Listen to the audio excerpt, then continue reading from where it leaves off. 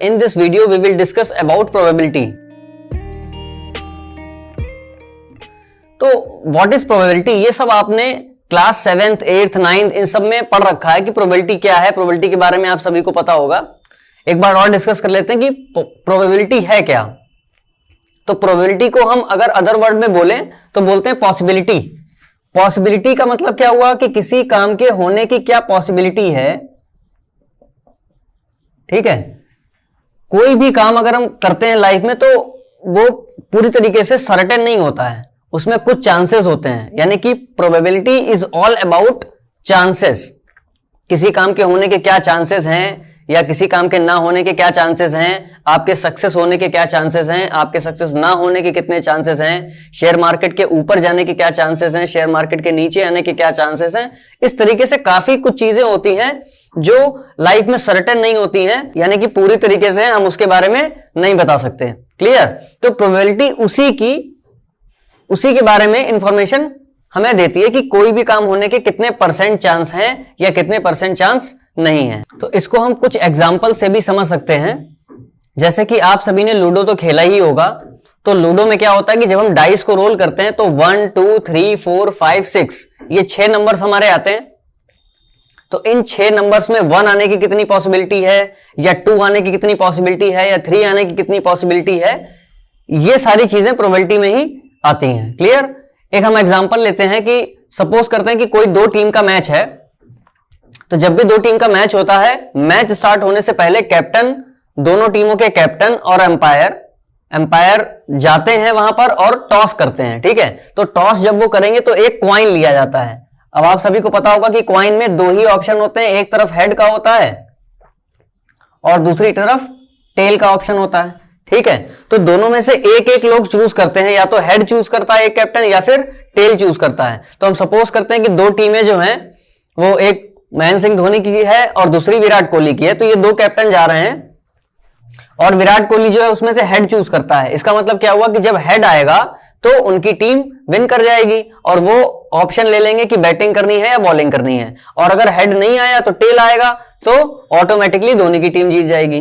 ठीक है, तो हेड आने की कितनी पॉसिबिलिटी है और टेल आने की कितनी पॉसिबिलिटी है। देखिए हमारे पास 2 ऑप्शन है, या तो हेड आएगा या फिर टेल आएगा, लेकिन इसमें से सक्सेस कितना होगा? 1।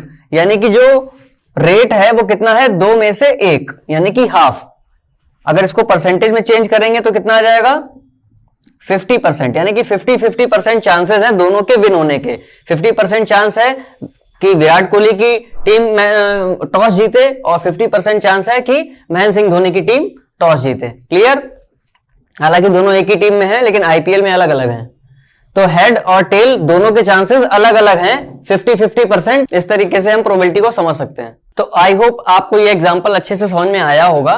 तो इस प्रोबेबिलिटी का यूज हमारी रियल लाइफ में कहां कहां पर होता है? जब भी हम किसी काम को स्टार्ट करते हैं तो उसको स्टार्ट करने से पहले हम तरह तरह की स्ट्रेटजी बनाते हैं कि इस काम को हम इस तरीके से करेंगे या इस तरीके से करेंगे। तो हर स्ट्रेटजी में हम यही तो सोचते हैं ना कि इस स्ट्रेटजी पे को अगर हम फॉलो करते हैं तो हमारे प्रोजेक्ट के सक्सेस होने के क्या क्या चांसेस होंगे। सपोज जब आप पढ़ाई के लिए कोई प्लान बनाते हो तो एक स्ट्रेटजी तैयार करते हो कि हमें 6 घंटे पढ़ना है, 8 घंटे पढ़ना है या 5 घंटे पढ़ना है। तो उस स्ट्रेटजी से आप सारी चीजों को कंबाइन करके देखते हो कि इस सब्जेक्ट को इतना टाइम देना है, इस सब्जेक्ट को इतना टाइम देना, और इतना टाइम स्पैन हमारे पास बचा हुआ है 6 मंथ, 3 मंथ या 2 मंथ। तो उसके लिए आप एक स्ट्रेटजी बनाते हो और उस स्ट्रेटजी में आप सबसे पहले इस बात को ही प्रेफरेंस देते हो कि हमारे इस स्ट्रेटजी से कितनी सक्सेस हमें मिल जाएगी, इस बात के कितने चांसेस हम बढ़ा सकते हैं। तो प्रोबेबिलिटी का भी हमारी रियल लाइफ में यही यूज है। हर जगह पे हम जब भी कोई प्लान बनाएंगे तो चांसेस को ध्यान में रखते हुए कि फेयर चांसेस हमारे कितने बन सकते हैं, उस अकॉर्डिंग हम बनाते हैं प्लान। तो इसलिए रियल लाइफ में इस तरीके से हम प्रोबेबिलिटी का यूज करते हैं। क्लियर? प्रोबेबिलिटी चैप्टर को स्टार्ट करने से पहले इस पर बेस्ड कुछ डेफिनेशंस हैं, उनको हम ध्यान से समझ लेते हैं। तो फर्स्ट डेफिनेशन लिखी है हमने, एक्सपेरिमेंट। What is experiment? तो एक्सपेरिमेंट में लिखा है कि a process which result in some well defined outcome. यहां पे एक टर्म लिखा हुआ है वेल डिफाइंड। वेल डिफाइंड का मतलब क्या होता है? पहले तो एक्सपेरिमेंट समझ लेते हैं। एक्सपेरिमेंट क्या है कि ऐसी प्रोसेस है जिसमें हमें कुछ वेल डिफाइंड रिजल्ट मिलेंगे। जैसे अगर हमने क्वाइन को टॉस किया तो हमें रिजल्ट क्या मिलेंगे? या तो हेड, अभी मैंने लिखा था, या तो हेड मिलेगा या फिर टेल मिलेगा। ठीक है, तो ये है रिजल्ट, यानी कि कॉइन को जब हम टॉस करेंगे इस तरीके से, मैंने ऊपर फेंका तो जब नीचे आएगा तो या तो हमें उसमें हेड मिलेगा या फिर टेल मिलेगा। अब आपके दिमाग में आएगा कि कहीं सिक्का खड़ा हो गया या नाली में गिर गया या ऊपरी रह गया या कहीं अटक गया, तो इसीलिए ये टर्म यूज किया जाता है वेल डिफाइंड। ठीक है, जिनको हम अपने तरीके से नहीं बल्कि वेल डिफाइंड हो, तो वो वेल डिफाइंड आउटकम क्या होंगे हमारे, हेड और टेल। ये जो अपने मन में आ रहे हैं ये वेल डिफाइंड नहीं होते हैं कि वो ऊपरी रह गया या नीचे गिर गया या कोई लेकर के भाग गया या आसमान में ही रह गया, इस तरीके से ऐसा ये वेल डिफाइंड आउटकम नहीं होते हैं। क्लियर?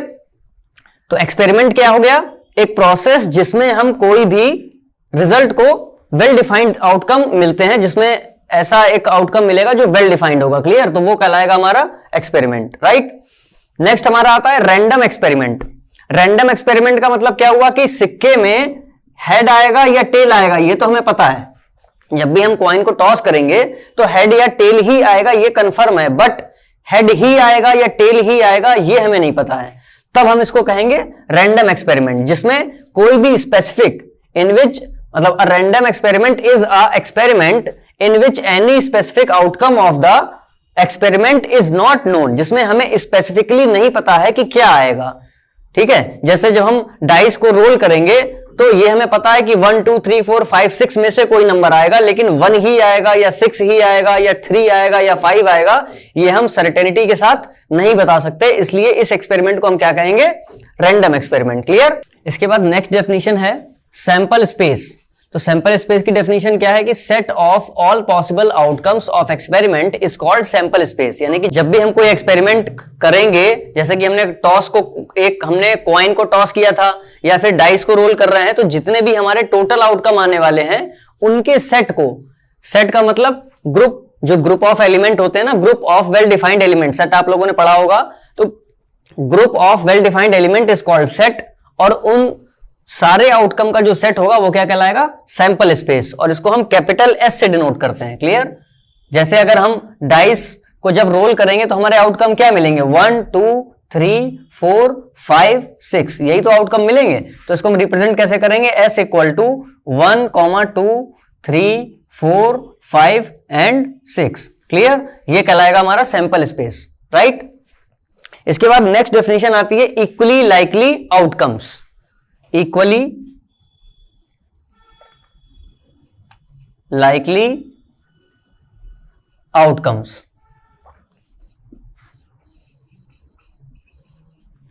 तो इक्वली लाइकली आउटकम्स नाम से ही पता चल रहा है कि इक्वली हो और लाइकली यानी कि सेम हो। तो ऐसे आउटकम जिनके जो प्रोबेबिलिटी है वो सेम होती है। जैसे जब हम कॉइन को टॉस करेंगे या चांसेस सेम होते हैं, जब हम कॉइन को टॉस करेंगे तो क्या होगा, जितनी पॉसिबिलिटी अभी मैंने बताया था 50% चांस थे एक टीम के विन होने के और 50% चांस थे उसकी अपोजिट टीम के विन होने के। ठीक है, देख लेते हैं एक बार। जब हम कॉइन को टॉस करेंगे तो हेड आने की पॉसिबिलिटी कितनी है, 1/2, और टेल आने की पॉसिबिलिटी भी कितनी है, 1/2। यानी कि दोनों के जब आने के चांसेस सेम होते हैं तब हम उन आउटकम्स को बोलते हैं इक्वली लाइकली आउटकम्स। क्लियर? जैसे अगर हम डाइस को रोल करेंगे तब भी जितनी पॉसिबिलिटी 1 आने की है उतनी पॉसिबिलिटी 2 3 4 5 6, इन सभी के आने के चांसेस इक्वल हैं। तो हम ऐसे इवेंट को क्या बोलते हैं, इक्वली लाइकली आउटकम्स। राइट? इसके बाद आता है not equally likely. Not equally likely outcomes, तो यानी कि ये इसका जस्ट अपोजिट होगा। जैसे इक्वली लाइकली आउटकम्स था, जस्ट उसका अपोजिट होगा not equally likely outcome.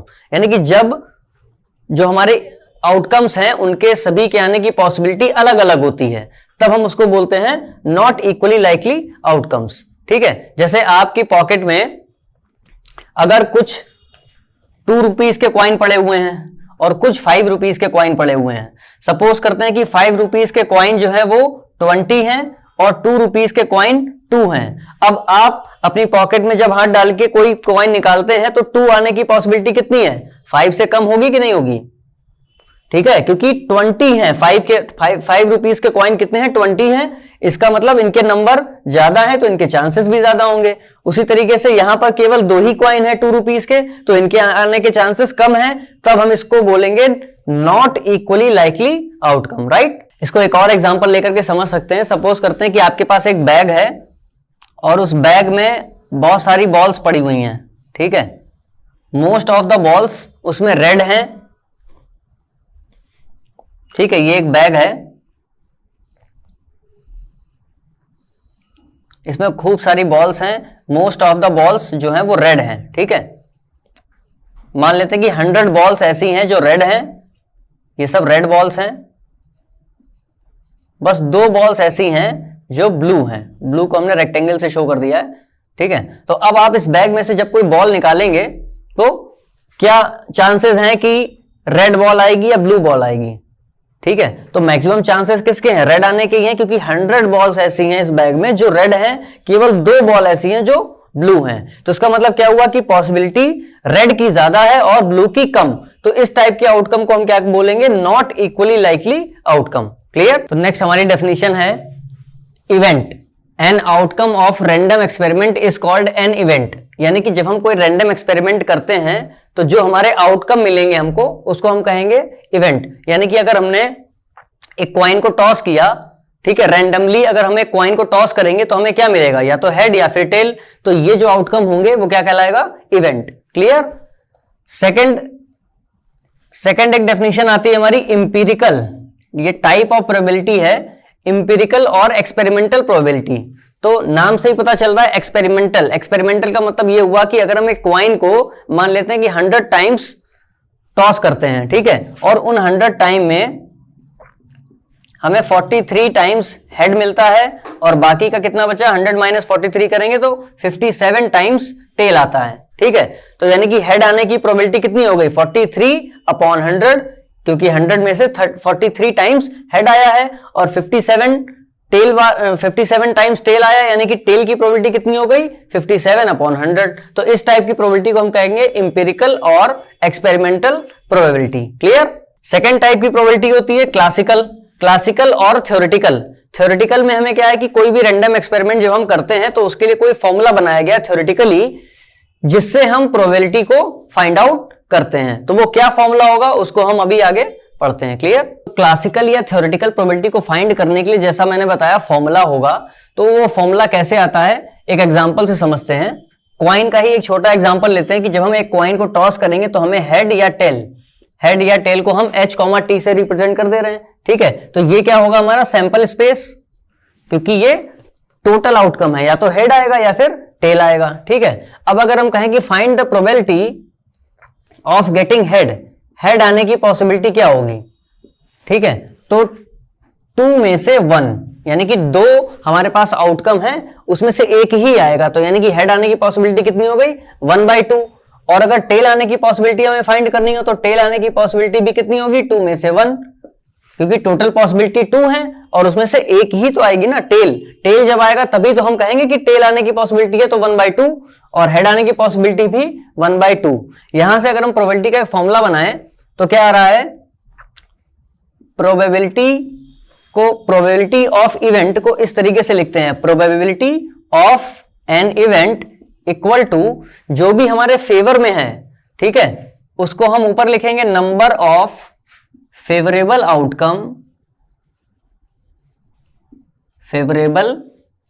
Outcome upon total number of outcome.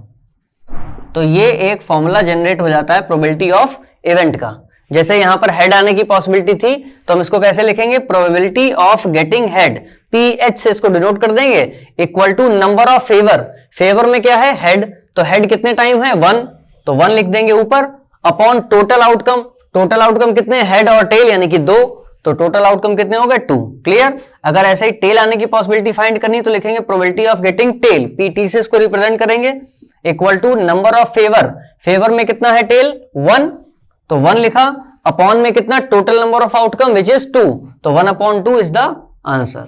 Clear. इस तरीके से हम प्रोबेबिलिटी को सॉल्व करेंगे, राइट। आगे का एग्जांपल लेते हैं, यही क्वाइन वाला ही,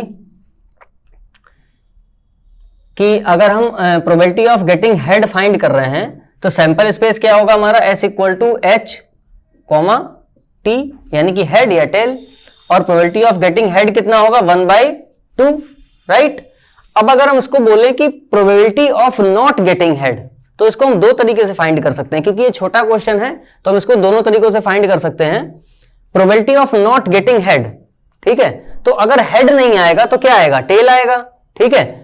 तो टेल आने की पॉसिबिलिटी क्या होगी, पीटी इक्वल टू 1/2, अभी मैंने आपको निकाल के दिखाई थी, तब तो हम डायरेक्ट निकाल लेंगे। या फिर एक और भी चीज लगा सकते हैं कि किसी भी काम के होने की पॉसिबिलिटी और उसी काम के ना होने की पॉसिबिलिटी के बीच में क्या रिलेशन है, प्रोबेबिलिटी ऑफ गेटिंग हेड और probability of not getting head. Not getting head को H डैश से रिप्रेजेंट करेंगे, probability of not getting head, तो हमारे फेवर में हेड नहीं है तो क्या होगा, टेल, यानी कि फेवर में 1 अपॉन टोटल सैंपल स्पेस 2। तो यहां पर भी probability of getting head, probability of not getting head, अगर हम इसको ऐड करेंगे तो क्या मिलेगा, PH plus PH not equal to 1/2 plus 1/2 equal to 1, यानी कि probability of getting head plus probability of not getting head is equal to 1। तो एक फॉर्मूला हमारा जनरेट होता है कि probability of event, probability of not happening a event equal to 1, ठीक है। किसी भी काम के होने की प्रोबेबिलिटी और उसी काम के न होने की प्रोबेबिलिटी का सम हमेशा कितना होगा, 1 होगा, क्लियर। और कभी भी किसी की प्रोबेबिलिटी 1 से अबव नहीं होगी, ठीक है, क्योंकि कोई भी काम होने के चांसेस हमेशा 100% ही होते हैं, इससे अबव नहीं होते हैं, ठीक है। अगर इसको फ्रैक्शन में लिखेंगे तो वो 1 हो जाएगा, अगर परसेंटेज में लिखेंगे तो 100%, क्लियर। कभी भी 1 पॉइंट समथिंग नहीं आएगी किसी भी काम के होने की प्रोबेबिलिटी, राइट। अब हम प्रोबेबिलिटी पर बेस्ड कुछ क्वेश्चन देख लेते हैं।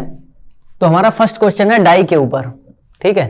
एक डाई को हम रोल करते हैं तो पहले हम उसका सैंपल स्पेस लिख लेते हैं। जब हम डाइस को एक रोल करेंगे तो हमारा सैंपल स्पेस क्या होगा, 1 2 3 4 5 एंड 6, ये हमारे होंगे सेट ऑफ टोटल आउटकम्स, ठीक है।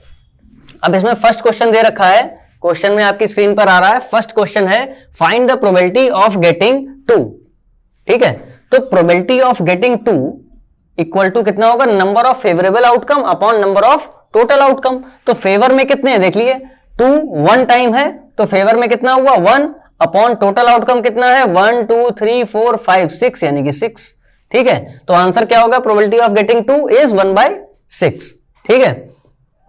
नेक्स्ट क्वेश्चन दे रखा है find the probability of getting 4 and 5, find the probability of getting 4 and 5। तो 4 और 5 दोनों के आने की पॉसिबिलिटी कितनी है, 4 1 टाइम है और 5 भी 1 टाइम है, तो टोटल कितना हो गया 2 टाइम्स।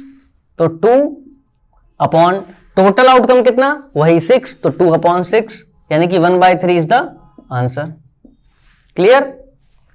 नेक्स्ट क्वेश्चन है find the probability of not getting 6, find the probability of not getting 6। तो नॉट को हम 6 नॉट से रिप्रेजेंट करेंगे। अब देखिए कि प्रोबेबिलिटी पूछी गई है कि 6 ना आए, तो अगर 6 नहीं आएगा तो क्या आएगा, या तो 1 आएगा या 2 आएगा या 3 आएगा या 4 आएगा या 5 आएगा, यानी कि हमारे फेवर में कितने हैं, 6 में से 5 आउटकम हमारे फेवर में है और 1 आउटकम हमारे फेवर में नहीं है। तो जब 5 फेवर में है तो डायरेक्टली आंसर हम लिख सकते हैं 5/6, या फिर हम इस तरीके से भी निकाल सकते हैं। अगर हमसे क्वेश्चन पूछा जाता कि find the probability of getting 6, तो कितनी होती, 6 आने की पॉसिबिलिटी कितनी है, 1 अपॉन टोटल 6, 1 अपॉन 6 आ जाती।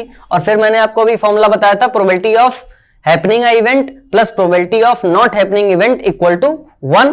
तो probability of getting 6 plus probability of not getting 6 is equal to 1। Probability of getting 6 is 1/6 plus probability of not getting 6 equal to 1, and यहां से हम प्रोबेबिलिटी ऑफ नॉट गेटिंग 6 निकाल लेते 1/1 minus 1/6, जो कि LCM लेने के बाद आ जाता 5/6। तो इस तरीके से इन दोनों ही तरीकों से हम इसको सॉल्व कर सकते थे, क्लियर। नेक्स्ट क्वेश्चन एक और हमने डाइस पे ही लिया है बेस्ड, कि when a dice thrown then find the probability of getting an even number. तो फिर से जब हम डाइस को रोल करेंगे तो हमारे पास सैंपल स्पेस क्या होगा, सैंपल स्पेस इज 1 2 3 4 5 एंड 6, ठीक है। फर्स्ट क्वेश्चन हम सॉल्व करते हैं। फर्स्ट क्वेश्चन है find the probability of getting a even number, ठीक है। तो इवन नंबर को हमने रिप्रेजेंट कर दिया है P E से, और फेवर में कितने होंगे? देखिए इवन नंबर कौन कौन से हैं? 2, 4 एंड 6। तो 3 नंबर्स हैं जो इवन नंबर के फेवर में हैं। तो probability of getting even number is 3 upon total कितना है? 6। Answer is 1/2। Clear? Second part है अ नंबर बिटवीन 3 एंड 8।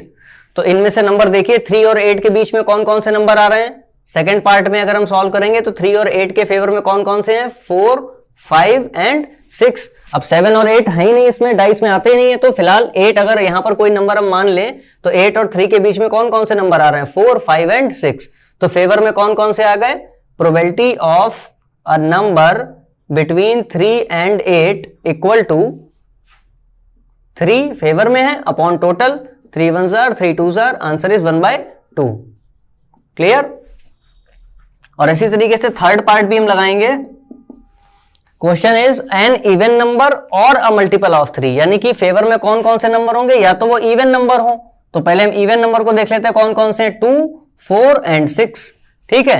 और मल्टीपल ऑफ 3, 3 का मल्टीपल भी हो सकता है। तो 3 के मल्टीपल कौन कौन से हैं? 3 और 6। 6 पहले इंक्लूड कर चुके हैं तो दोबारा उसको इंक्लूड नहीं करेंगे। ठीक है? तो probability of getting a even number और अ मल्टीपल ऑफ 3, इस तरीके से रिप्रेजेंट कर देते हैं हम इसको, इक्वल टू 1 2 3 4। 4 नंबर हैं अपॉन में टोटल कितना? 6, 2 2 jar 2 3 jar. Answer is 2/3। Clear? तो इस तरीके से हम प्रोबेबिलिटी पर बेस्ड, डाइस पर बेस्ड सॉल्व कर सकते हैं क्वेश्चन। क्लियर? नेक्स्ट क्वेश्चन है हमारा क्वाइन के ऊपर, लेकिन इसमें क्या है कि 2 क्वाइन को टॉस किया जा रहा है simultaneously. Then find the probability of getting exactly 2 head. Second question है getting at least 1 head and third is getting at most 1 head. तो इसको कैसे सॉल्व करेंगे? देखिए जब भी 2 कॉइन को टॉस किया जाएगा तो हमारी पॉसिबिलिटीज कैसे बनेंगी? या तो पहली बार दोनों में हेड आ जाएगा, ठीक है, या फिर फर्स्ट वाले में हेड आया और सेकंड वाले में टेल आया, या फिर फर्स्ट वाले में टेल आएगा सेकंड वाले में हेड आएगा, या फिर दोनों में टेल आएगा। इसके अलावा कोई पॉसिबिलिटी नहीं आएगी। जब भी 2 कॉइन को टॉस किया जाएगा तो ये 4 पॉसिबिलिटीज बनेंगी। ठीक है? अच्छा, नंबर ऑफ पॉसिबिलिटी कैसे फाइंड करेंगे? अगर 2 कॉइन को टॉस किया जा रहा है तो उनकी total number of outcome represent करेंगे 2 की पावर n से। क्लियर? क्योंकि देखिए टोटल आउटकम कितने होते हैं? 2, और जितने पावर किसको रिप्रेजेंट कर रही है कि कितनी बार उनको टॉस किया जा रहा है, तो 2 की पावर n, क्योंकि 2 हैं कॉइन इस बार तो इसलिए 2 की पावर 2 यानी कि 4 टोटल आउटकम होंगे। क्लियर? इसी तरीके से अगर हम डाइस के लिए निकालेंगे कि अगर 2 डाइस को साइमल्टेनियसली रोल करते हैं तो उनका हो जाएगा टोटल नंबर ऑफ आउटकम 6 की पावर n। ठीक है? 6 की पावर n मतलब 2 डाइस लेंगे तो 6 की पावर 2 यानी कि 36। क्लियर? तो इस तरीके से हम टोटल आउटकम निकाल सकते हैं। फिलहाल अभी हमें क्वाइन पे क्वेश्चन सॉल्व करना है, तो ये वो आउटकम होंगे। क्लियर?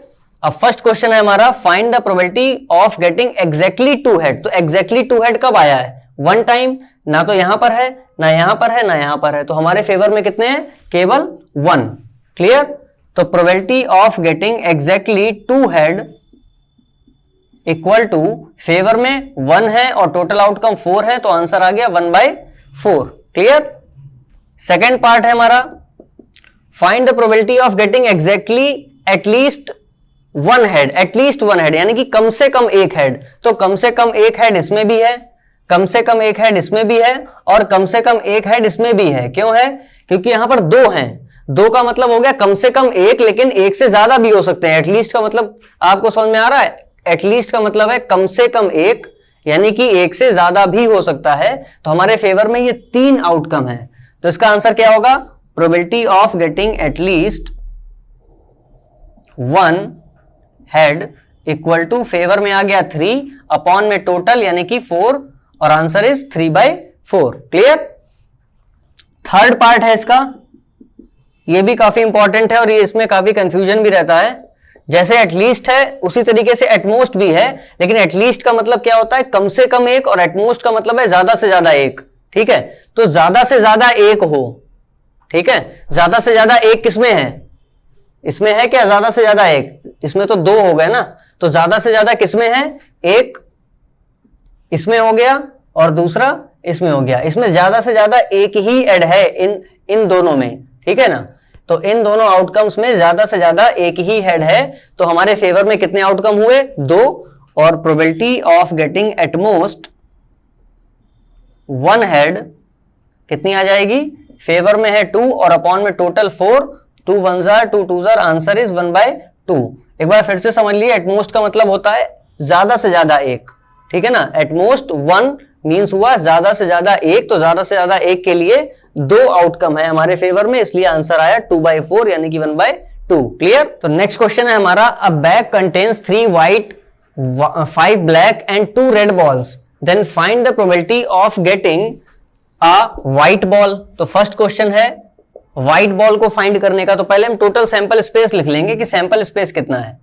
सैंपल स्पेस को एस से रिप्रेजेंट करते हैं ना, तो सैंपल स्पेस कितना है? 3 + 5 + 2। टोटल बॉल्स कितनी है? 3 + 5 + 2, 3 + 5 + 2, 3 5 8, 8 + 2 इज 10। तो सैंपल स्पेस कितना हो गया हमारा? 10। अब पहला क्वेश्चन है find the probability of getting a white ball. तो व्हाइट बॉल को हम PW से रिप्रेजेंट करेंगे। फेवर में कितने हैं? 3। भाई अगर हम बॉल निकालेंगे तो हमारे फेवर में 3 बॉल ही तो आएंगी अगर व्हाइट आनी है तो फेवर में कितना आ गया? 3 अपॉन में टोटल कितना? 10। तो आंसर कितना आ गया? 3/10। क्लियर? सेकेंड पार्ट है find the probability of getting a blue ball. Blue ball, ठीक है।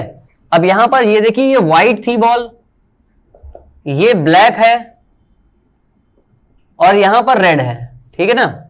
और क्वेश्चन क्या पूछ रहा है? Find the probability of getting a blue ball. तो ब्लू बॉल तो है ही नहीं, तो जब ब्लू बॉल है ही नहीं बैग में, तो इसका मतलब उसके आने की पॉसिबिलिटी कितनी है? 0, क्योंकि ब्लू बॉल तो है ही नहीं ना बैग में, तो पॉसिबिलिटी का कोई मतलब ही नहीं। फेवर में एक भी नहीं है, अपॉन में टोटल 10, यानी कि इसका आंसर आ गया 0। तो इस टाइप का इवेंट को हम क्या बोलते हैं? इम्पॉसिबल इवेंट, ठीक है, यानी कि वो हो ही नहीं सकता। ये इवेंट कैसा हो गया? इम्पॉसिबल है। और इम्पॉसिबल इवेंट की वैल्यू, इम्पॉसिबल इवेंट की हमेशा प्रोबेबिलिटी कितनी होती है? 0। और अगर श्योर इवेंट की बात करें, एक इवेंट है जिसके बारे में हम श्योर हैं, ठीक है, तो उसकी प्रोबेबिलिटी कितनी होती है हमेशा? Probability of sure event equal to 1, यानी कि वो 100% है कि वो होगा ही होगा, ठीक है। इम्पॉसिबल इवेंट की प्रोबेबिलिटी 0 और श्योर इवेंट की पॉसिबिलिटी 1। क्लियर? थर्ड क्वेश्चन है find the probability of not getting red, ठीक है। Find the probability of not getting red. तो हम क्या कर सकते हैं? पहले हम रेड की पॉसिबिलिटी निकाल लें सिंपली, जैसे हमने व्हाइट की और ब्लू की फाइंड करी है, या ब्लैक की फाइंड करते, तो प्रोबेबिलिटी ऑफ रेड कितनी होगी? फेवर में कितना है? 2 अपॉन में टोटल कितना? 10, 2 1 जार 2 5 जार, आंसर आ गया 1/5। लेकिन हमें क्या फाइंड करना था? हमें फाइंड करना था probability of not getting red. तो नॉट गेटिंग रेड अगर फाइंड करना है तो हमने क्या बताया था? उसको 1 में से माइनस कर देंगे, 1 - 1/5। एलसीएम लेंगे तो आएगा एलसीएम 5, 5 - 1 यानी कि 4/5। क्लियर? तो 4/5 प्रोबेबिलिटी होगी किसकी? रेड ना आने की, राइट। नेक्स्ट क्वेश्चन है हमारा कि 9 identical cards numbered from 2 to 10, clear, find the probability of getting an even number when a card choose at random. ठीक है, एक हम रैंडमली कोई कार्ड निकालते हैं, तो फर्स्ट क्वेश्चन है हमारा कि वो कार्ड एक इवन नंबर होगा, इसकी क्या पॉसिबिलिटी है। तो पहले हम सैंपल स्पेस लिख लेते हैं कि 9 कार्ड्स हैं, उनमें क्या नंबर पड़े हुए हैं? 2, 3, 4, 5, 6, 7, 8, 9 एंड 10। तो ये 9 कार्ड हैं और उनमें नंबरिंग की गई है, एक पे 2 लिखा है, 3 लिखा है, 4 लिखा है, ऐसे करके रिस्पेक्टिवली 10 तक के नंबर लिखे हुए हैं। तो फर्स्ट क्वेश्चन है हमारा find the probability of getting an even number. तो इवन नंबर इनमें से कौन कौन से हैं? 2, 4, 6, 8, 9, 2, 4, 6, 8 एंड 10। तो probability of getting a even number equal to, favour में कितने नंबर हो गए? 1, 2, 3, 4, 5 और टोटल सैंपल स्पेस कितना है? 9। तो 5/9 इज द आंसर। क्लियर? ये फर्स्ट पार्ट हो गया। सेकेंड पार्ट है अ मल्टीपल ऑफ 3। तो probability of getting a multiple of 3, multiple of 3 को हम इंटू 3 से रिप्रेजेंट कर रहे हैं। 3 के मल्टीपल कौन कौन से हैं? एक तो 3 हो गया, एक 6 हो गया, देन 9 हो गया। तो ये 3 नंबर ऐसे हैं जो 3 के मल्टीपल हैं। तो हमारे फेवर में कितने आ गए? 3 अपॉन में टोटल सैंपल स्पेस 9, 3 1 जार 3 3 जार, तो आंसर आ गया 1/3। क्लियर? थर्ड पार्ट है हमारा an even number and a multiple of 3, यानी कि वो इवन नंबर भी हो और 3 का मल्टीपल भी हो। तो देखिए 2 इवन नंबर है लेकिन 3 का मल्टीपल नहीं है, 3 इवन नंबर नहीं है लेकिन मल्टीपल ऑफ 3, हमें दोनों कंडीशन एक साथ लेनी है, एंड लिखा हुआ है, क्लियर। 4 जो है वो एक इवन नंबर है बट वो 3 का मल्टीपल नहीं है। 6 एक ऐसा नंबर है जो इवन भी है और 3 का मल्टीपल भी है, तो ये एक नंबर हो गया। देन 7, 8, 9 भी 3 का मल्टीपल है लेकिन वो एक इवन नंबर नहीं है। 10 इवन नंबर है लेकिन 3 का मल्टीपल नहीं, तो केवल एक नंबर ऐसा है जो हमारे फेवर में है। तो probability of getting a even number and multiple of 3 is equal to, favour में आया 1 और अपॉन में total sample space is 9, then answer is 1/9, clear. इसी तरीके से फोर्थ पार्ट है हमारा एन इवन नंबर और अ मल्टीपल ऑफ 3, यानी इस बार और लगा है, और एंड में यही डिफरेंस है। जब एंड होगा तब हम दोनों कंडीशन लगाएंगे, और होगा तो हम दोनों में कोई सी भी कंडीशन फॉलो हो रही होगी तो उसको ले लेंगे, ठीक है। जैसे लिखा है इवन नंबर और अ मल्टीपल ऑफ 3, ठीक है ना। तो यहां पर कुछ ऐसे नंबर थे जो इवन नंबर तो थे लेकिन मल्टीपल ऑफ 3 नहीं, तो इस बार उनको भी इंक्लूड करना है। तो ये इवन नंबर हो गए 2, 4, 6, 8 एंड 10, और मल्टीपल ऑफ 3 कौन कौन से हैं, 3, 6 और 9, क्लियर। तो टोटल नंबर कितने हो गए, probability of an even number और a multiple of 3 equal to, favour में कितने आए, 1, 2, 3, 4, 5, 6, 7, क्लियर। अपॉन में टोटल कितना, 9, तो आंसर आ गया 7/9, क्लियर। नेक्स्ट वीडियो में हम प्रोबेबिलिटी पर बेस्ड क्वेश्चन को सॉल्व करेंगे, so stay tuned to our next video. Thank you.